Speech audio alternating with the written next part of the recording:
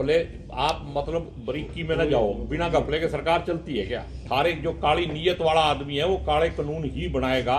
सरकार आई, 110 रुपये रेट था, उससे पहले $147 से होके वापस आया था।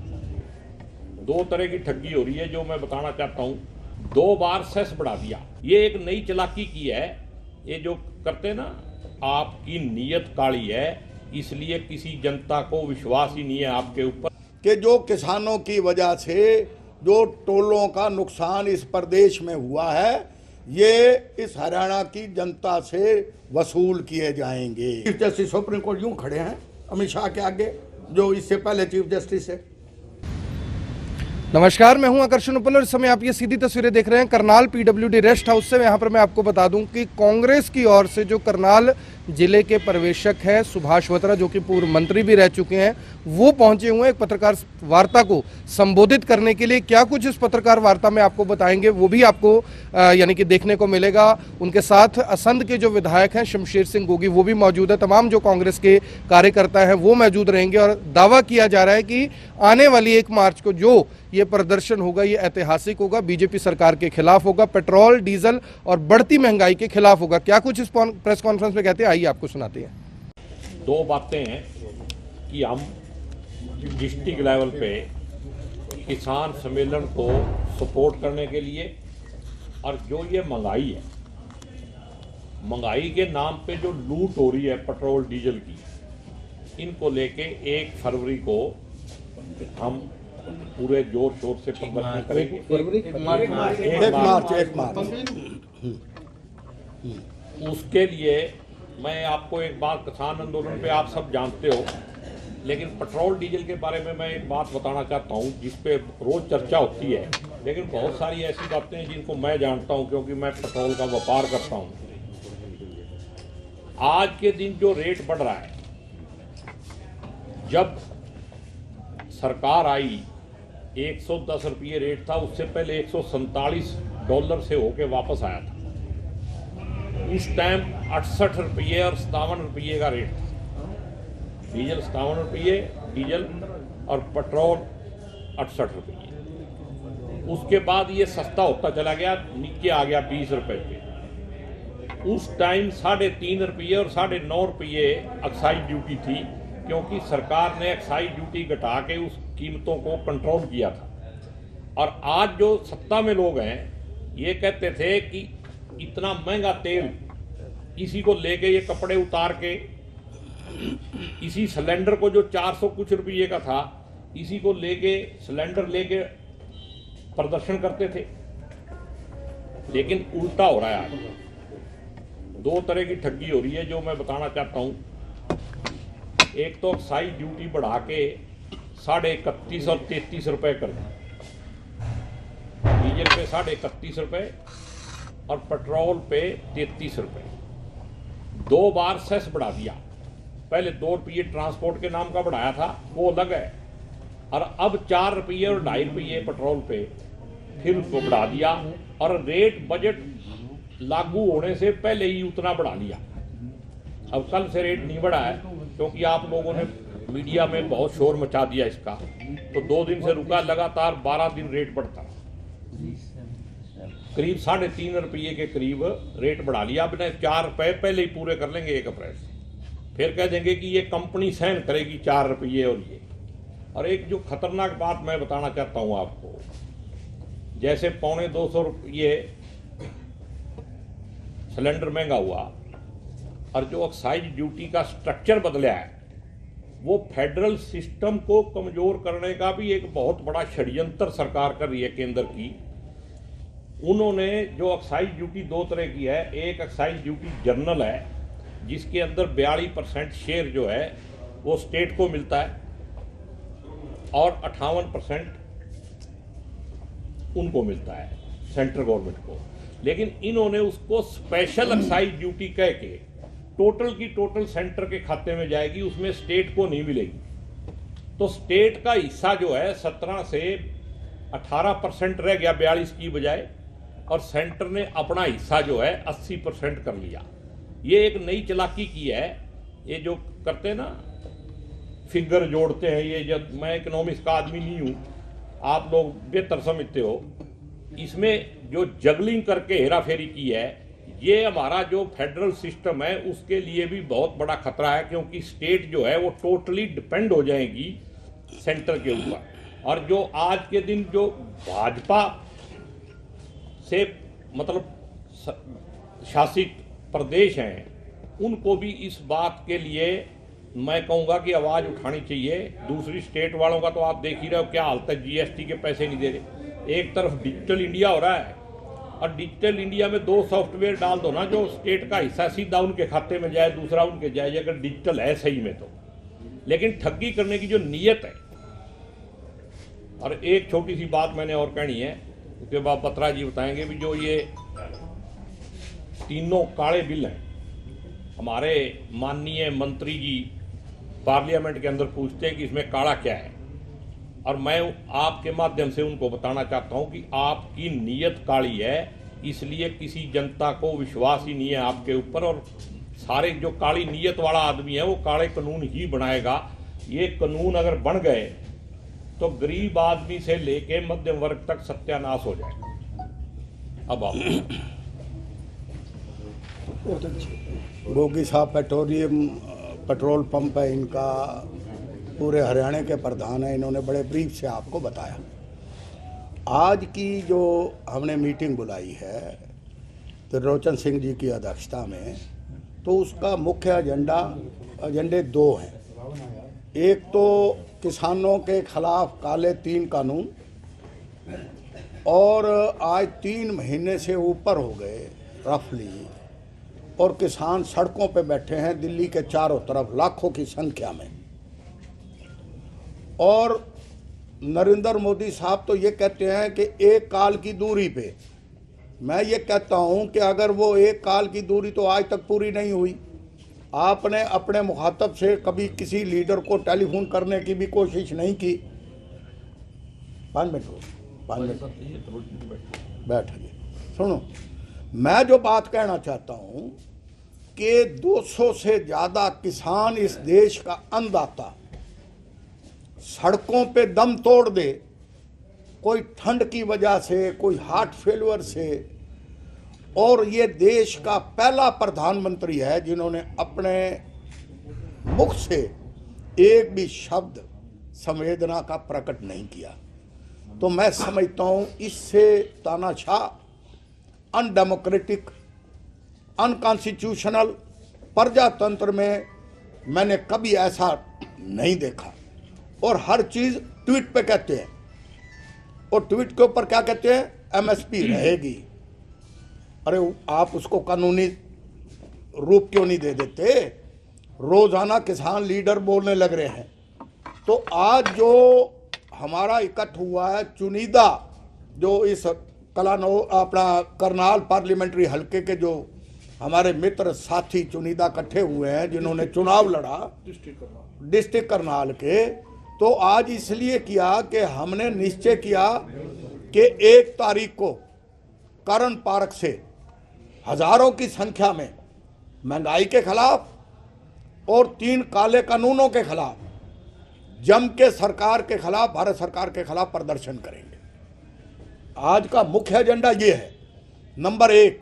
नंबर 2, आज देखो पेट्रोल के रेट क्या हैं, डीजल के रेट क्या हैं। आज हर आदमी, ये भी डायरेक्टली इनडायरेक्टली किसान पे इफेक्ट पड़ता है। आज व्यापारी, कर्मचारी, आज हर नागरिक, मजदूर, हर नागरिक सड़कों पे है और इस सरकार से पूरी तरह से त्रस्त है। जहाँ तक कानून व्यवस्था की बात है, कानून व्यवस्था तो बिल्कुल चरमरा चुकी है।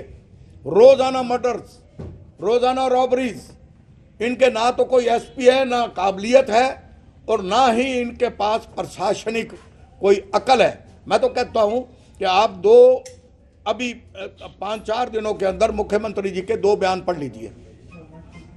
उन्होंने मीडिया में दिया है क्या कि जो किसानों की वजह से जो टोलों का नुकसान इस प्रदेश में हुआ है, ये इस हरियाणा की जनता से वसूल किए जाएंगे।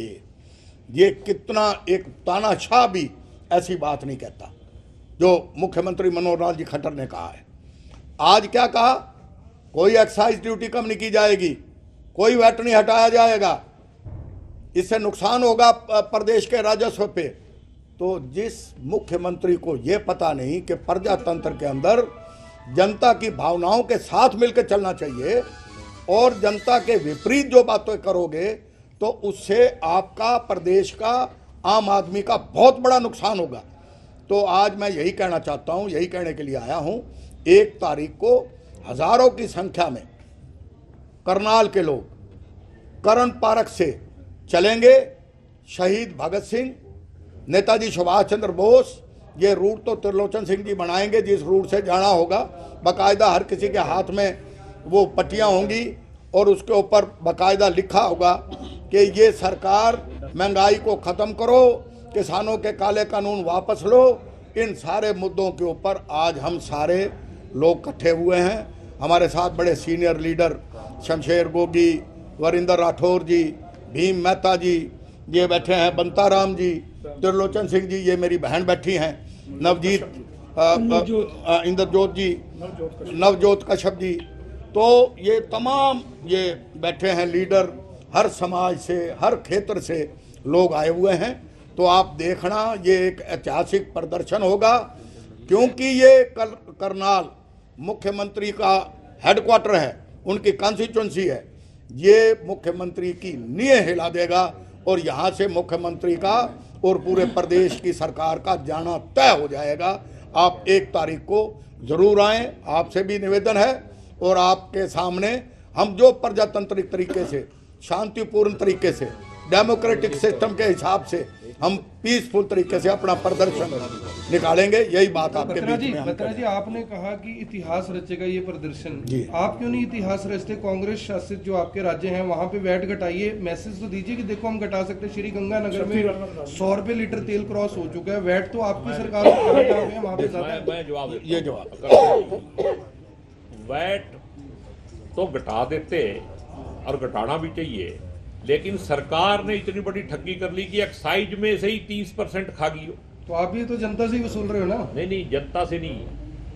अब जो वैट है हमारी स्टेट में 8.8% वैट था जिस दिन सरकार गई कांग्रेस की, आज 17.2 है, डबल कर दिया। राजस्थान में 100 रुपए लीटर पेट्रोल क्रॉस कर गया है। राजस्थान की नहीं, मैं यहाँ की बात करो ना। नहीं तो आप वहाँ पे शुरुआत तो करें। उन्होंने 2% घटाया, राजस्थान ने 2% घटाया, छत्तीसगढ़ में घटा दिया। चलेगी कैसे? स्टेट की बात अलग है। बात तो ये जो बिना इंटरनेशनल रेट बढ़े, रोज रेट बढ़ रहे हैं, ये कितना बड़ा स्कैम है।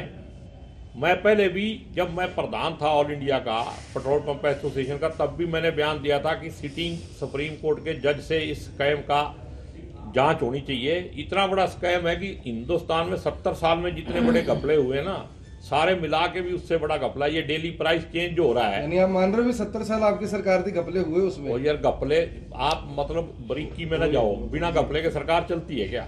बात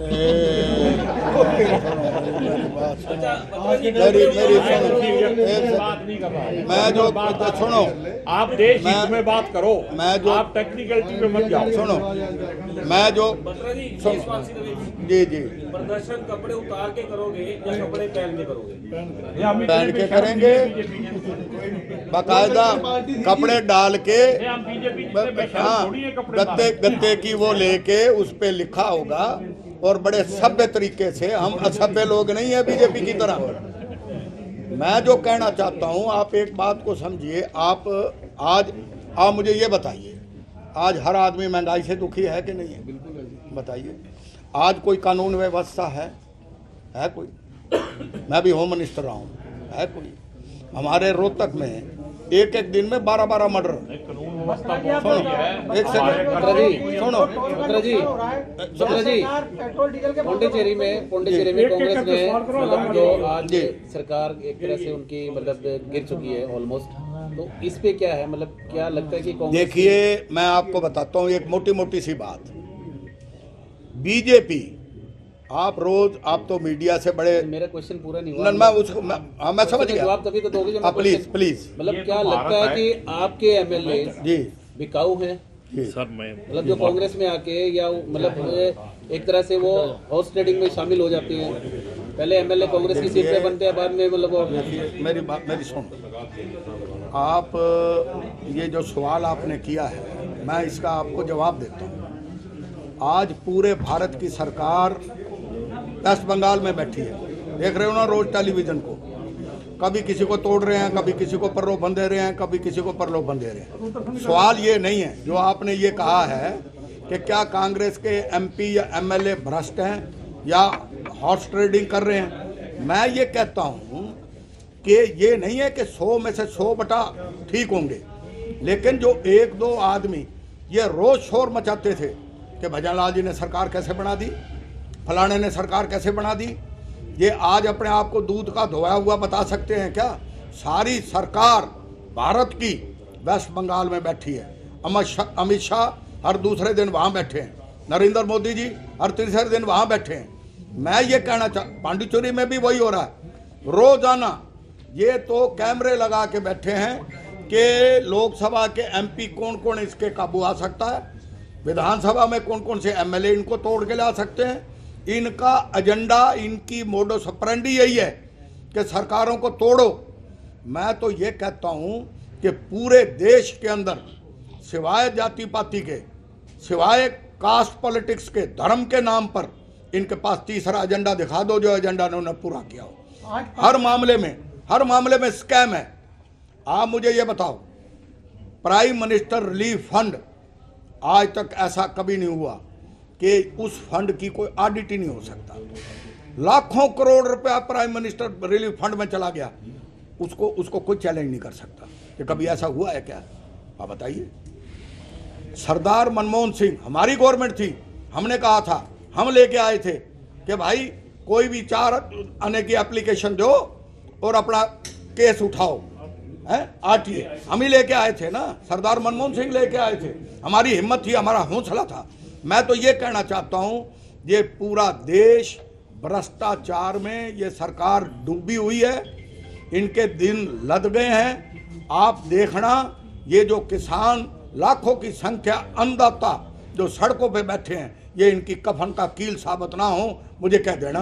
ये मैं आपके बीच में कह के जा रहा हूँ, जिनका जाना तय है। कल मुख्यमंत्री करनाल में थे। हाँ जी, कल मुख्यमंत्री करनाल में थे जी। उन्होंने कहा कि ऐसे लोग विरोध कर रहे हैं जिन्होंने कानून नहीं पढ़ा और जो किसान भी नहीं है, ऐसे अधिकतर लोग हैं। आप ऐसे करो ना, सुनो, मैं तो उस परिवार से हूँ, आपको जानकारी दे दूँ। हमारे परिवार को पद्मश्री का अवार्ड मिला हुआ है कृषि के अंदर। हमने 1 एकड़ जमीन के अंदर 104 मन गेहूँ पैदा किया हुआ है। बहु अकबरपुर फार्म हाउस है हमारा, जाके पता कर लेना और इनसे पूछ लो खट्टर साहब से कितने किले हैं इनके। आप ही कहते हैं मेरे तो 3 एकड़ है। 3 एकड़ पता नहीं इनके हैं, किनके हैं, भाइयों के हैं, किसके हैं। ना तो ये व्यापारी हैं, ना ये किसान है। ये तो आरएसएस के पर्चे बांटा करते और मुख्यमंत्री बन गए और ऑनेस्टी का मखोटा डाल रखा है। एक भी मिनिस्टर बता दो इनका, मैं चैलेंज करके कहता हूं, वो जेपी दलाल एग्रीकल्चर मिनिस्टर, शर्म नहीं आती उसको, जो आदमी, जो इनका मंत्री ये कहे कि भाई ये तो किसी ने सवाल किया कि 200 से ज़्यादा किसान मर गए, बोले ये तो घरों में भी मरते हैं। इससे ज़्यादा इररेलेवेंट, इससे घिरी हुई बात। मैं टीवी देख रहा था और हंस के बड़ा एक उस मैनर से बात कर रहा था, तब मैंने ये बयान दिया था। मैंने कहा जिसके घर में ये मौत होती है ना, उससे जाके पूछो कितना कष्ट और कितना दुख होता है, उनको शर्म आनी चाहिए। ऐसे ऐसे तो इनके मंत्री हैं, इनके मंत्रियों को घुसने नहीं दे रहे, इनके मुंह काले कर रहे हैं, इनके हेलीकॉप्टर उतरने नहीं दे रहे। यही मुख्यमंत्री थे ना, करनाल में आए थे, उतरा इनका हेलीकॉप्टर।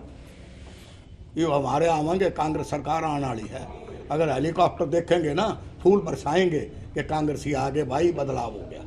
बत्रा जी, दुष्यंत चौटाला है, सवाल उठ रहे थे कि वो इस्तीफा नहीं दे रहे। पीछे उनके पिताजी आए थे, उन्होंने बोला कि जी उसका इस्तीफा मेरी जेब में, लेकिन उनके इस्तीफे से प्रदेश की राजनीति में कोई फर्क नहीं पड़ने वाला, ना कानून वापस होंगे, इसलिए इस्तीफा देके करेंगे क्या? इसको किस तरह से देखते हो? ये सत्ता 3 साल बाकी है, ये सत्ता भोगना चाहते हैं। ये जो लूट खसोट चल रही है उसके अंदर अपना आगे की योजना बना रहे हैं। आप देख लो, लिकर स्कैम कितना बड़ा स्कैम है, हजारों करोड़ों का स्कैम है। ये आया कुछ, एसआईटी बन गई, कुछ निकला इनमें से, कुछ नहीं। वो एक वैद साहब बिठा रखे हैं अम्बाड़ा में, वो तो कोई ना कोई टिप्पणी करेंगे और कुछ इसके अलावा कुछ भी नहीं है। वर्किंग देख लो, अंबाला में कितना विरोध है। आज एक भी मिनिस्टर, एक भी एमएलए इनका किसी गांव, किसी कस्बे, किसी शहर में जाने के काबिल नहीं है। हमारा 10 साल का राज हुआ, आपने देखा नहीं? कोई कहीं ऐसी वारदात हुई क्या? मैं भी मंत्री रहा, चौधरी भजनलाल भी चीफ मिनिस्टर रहे, भीम मेहता भी वजीर रहे, ये सारे हम आपके बीच में रहे हैं। कोई कभी आज तक ये हालात देखे हैं किसी ने? अब मुख्यमंत्री आए ना, उनसे पूछना, सुभाष बत्रा ये बात कह गया, आप बताओ। मेरे इलाके के हैं, मेरे भाई हैं, मेरे साथ पड़ोस में गांव है उनका। ये सारा झूठ है। रोहतक से चुनाव लड़ना चाहते थे, इस इलाके की बदकिस्मती थी कि करनाल में आ गए। कोई करनाल में बनाया कोई बड़ा प्रोजेक्ट? बताओ जरा, दिखाओ तो सही। हुड्डा साहब को वो प्रॉपर्टी डीलर कहते थे सर। एनडीसी को डाला हुआ है अभी, हाँ रजिस्ट्रियों को लेकर जी, बहुत बड़ा घोटाला हुआ। बोलो। मुकदमा दर्ज हो गया, 7 दिन हो गए, कोई गिरफ्तारी नहीं हुई। इससे पहले हो गया, बोलिए बोलिए। हुड्डा साहब को प्रॉपर्टी डीलर कहते थे। आज 7 साल हो गए, ईडी की, सीबीआई की आज तक इंक्वायरियां चल रही हैं। आपको लग रहा है कि सिर्फ पॉलिटिकल जो जिसको कहते हैं कि विरोध था उसके लिए एफआईआर दर्ज की गई, लेकिन रिजल्ट कुछ नहीं है देखो उसका? बात सुनो, हमारे राहुल गांधी ने एक बयान दिया था, मैं उनकी प्रेस कॉन्फ्रेंस मैंने सुनी है। उन्होंने ये कहा था कि जब रूलिंग पार्टी के खिलाफ जो अपोजिशन होती है, उनके पास 4-5 संस्थाएं होती हैं जो उनको सपोर्ट करती हैं। संस्था कौन सी? Judiciary, supreme court. वहाँ के जस्टिस मिश्रा का 2 दिन पहले बयान था, दैनिक भास्कर में हेडलाइन थी। उन्होंने कहा कि मेरा दिल कर रहा है कि मैं देश छोड़ के चला जाऊँ। कोई भी जजमेंट, कोई भी फाइल, जब मैं कोई ऑर्डर लिखने लगता हूं और ऑर्डर जारी करने लगता हूं तो मुझे ऊपर से रोक लग जाती है। पढ़ी होगी आपने। एक आज ईडी, आज चौटाला साहब की पूरी हो गई सजा, 75% से ज़्यादा हैंडीकैप है, लेकिन रिलीज नहीं कर रहे। कारण उसके पीछे भी रीजंस हैं, मैं रीजंस बताना नहीं चाहता। आज सीबीआई, आज ईडी, आज जुडिशरी, आज इलेक्शन कमीशन, आज इनकी टोटल जितनी संस्थाएं जो अपोजिशन को सपोर्ट किया करती थी, अगर कोई अनडेमोक्रेटिक तरीके से किसी ने फैसला कर दिया सरकार ने, तो कोर्ट में ही जाते थे ना। आज वो भी इनके काबू में है। चीफ जस्टिस सुप्रीम कोर्ट यूं खड़े हैं अमित शाह के आगे, जो इससे पहले चीफ जस्टिस है। आपने देखी होगी फोटो, नहीं तो भेज दूं आपके व्हाट्सएप पे। आज जुडिशरी इनके कंट्रोल में, आज ईडी इनके कंट्रोल में, आज सीबीआई इनके कंट्रोल में, आज इलेक्शन कमीशन इनकी कंट्रोल में। आज जितनी संस्थाएं जो अपोजिशन को सपोर्ट करती थी वो इन्होंने ले रखी हैं। आप मुझे बताइए, मैं एक सवाल करता हूं, देखो बुरा ना मानो, यहाँ कुछ प्रिंट मीडिया के भी बैठे होंगे, ये चैनल वाले भी सारे बैठे होंगे। ऊपर से आती है ना, ऊपर से खेल चलते हैं कि नहीं चलते? हमारे पास तो नहीं आता। ओह नहीं, मैं ये आपको नहीं कह रहा। ये सुनो, सुनो ना, मैं आपको बताता हूँ, मैं विस्तार से बता देता हूँ कि यार सुन लो, मैं विस्तार से बता देता हूँ कि आज पूरे देश का मीडिया, जिसको चौथा पिलर डेमोक्रेसी का कहते हैं, चौथा पिलर, अपनी आत्मा पे हाथ रख के बता दो। जब आज तक लगाते हैं, आज तक तो बड़ा इंडिपेंडेंट चैनल था, इंडिपेंडेंट, बुरा ना मानना। देखो भाई बात सुन लो, इसने फिर दूसरी तरफ मत ले जाना। सुनो, आज एक और है, वो कौन सा वो चैनल है, भारत। मैं हूँ भारत, मैं बोलता है भारत, मैं बोलता हूँ भारत, पूछता हूँ भारत। भारत ये है जैसे सारा भारत उसी में समा रहा है, उसी में विलय कर गया। सुनो, मैं ये नहीं कहता, मेरे पास इंफॉर्मेशन हैं। आज भारत सरकार का कितना बड़ा बजट इन चीज़ों पे खर्च कर रहे हैं कि अपोजिशन की गर्दन पकड़ी जाए, उनके लगाम डाली जाए, प्रचार प्रसार के माध्यम से, इन संस्थाओं के माध्यम से, ये सारी चीजें आप भी जानते हो, हम भी जानते हैं, हम तो आप जैसे हैं। प्रचार तो सरकारों का अधिकार है। बत्रा जी कांग्रेस चौटाला साहब की रिहाई की मांग करती है या नहीं करती? चौटाला साहब की मैं तो दो बयान बोलो ना। 100% रिहाई की डिमांड करती है, मैं कहता हूँ नहीं, करनी कांग्रेस करती है, चाहिए, आप करते हैं। करनी, मैं कहता हूँ, मेरा पर्सनल बयान ला लो चाहे, होनी चाहिए रिहाई, क्यों नहीं हो रही। तो मेरे कहने का भाव ये है, आप एक बात को समझिए, मैं बड़ा बेबाक आदमी हूं, मेरे ऊपर किसी का कोई अंकुश नहीं, मैंने जो मन में बात है वो कहूंगा जरूर कि जिस आदमी की कैद पूरी हो गई है कानून के हिसाब से, जेल मैनुअल्स के हिसाब से, उनका पीरियड पूरा हो चुका है, क्यों नहीं उनको रिहा कर रहे? करो ना, why not he be released? नहीं करेंगे क्योंकि इन्होंने हरियाणा सरकार चलानी है। अब मैं साहब के बाहर आने से क्या होगा? हाँ जी, उनके बाहर आने से देखो ये तो काल्पनिक क्वेश्चन है, मैं तो कुछ नहीं कह सकता, मैं तो यही कह सकता हूँ कि सरकार नहीं चाहती कि वो बाहर आए, सरकार नहीं चाहती वो बाहर आए। आपका प्रदर्शन बीजेपी भगाने के लिए होगा या महंगाई घटाने के लिए होगा? हमारा प्रदर्शन इस सरकार को भगाने का, महंगाई को हटाने का, कांग्रेस सरकार को लाने का, 3 कानून, काले कानून को वापस लाने के लिए यह प्रदर्शन होगा। और यह प्रदर्शन पूरे प्रदेश में शैलजा जी के नेतृत्व में ये जारी रहेगा, विवेक बंसल जी के नेतृत्व में जो प्रभारी हैं जारी रहेगा, सीएलपी के लीडर भूपेंद्र हुड्डा हैं, ये जारी रहेगा। सारी कांग्रेस एकजुट होकर इस मौजूदा गंदी सरकार को भगाएगी, ये कहना चाहता हूं।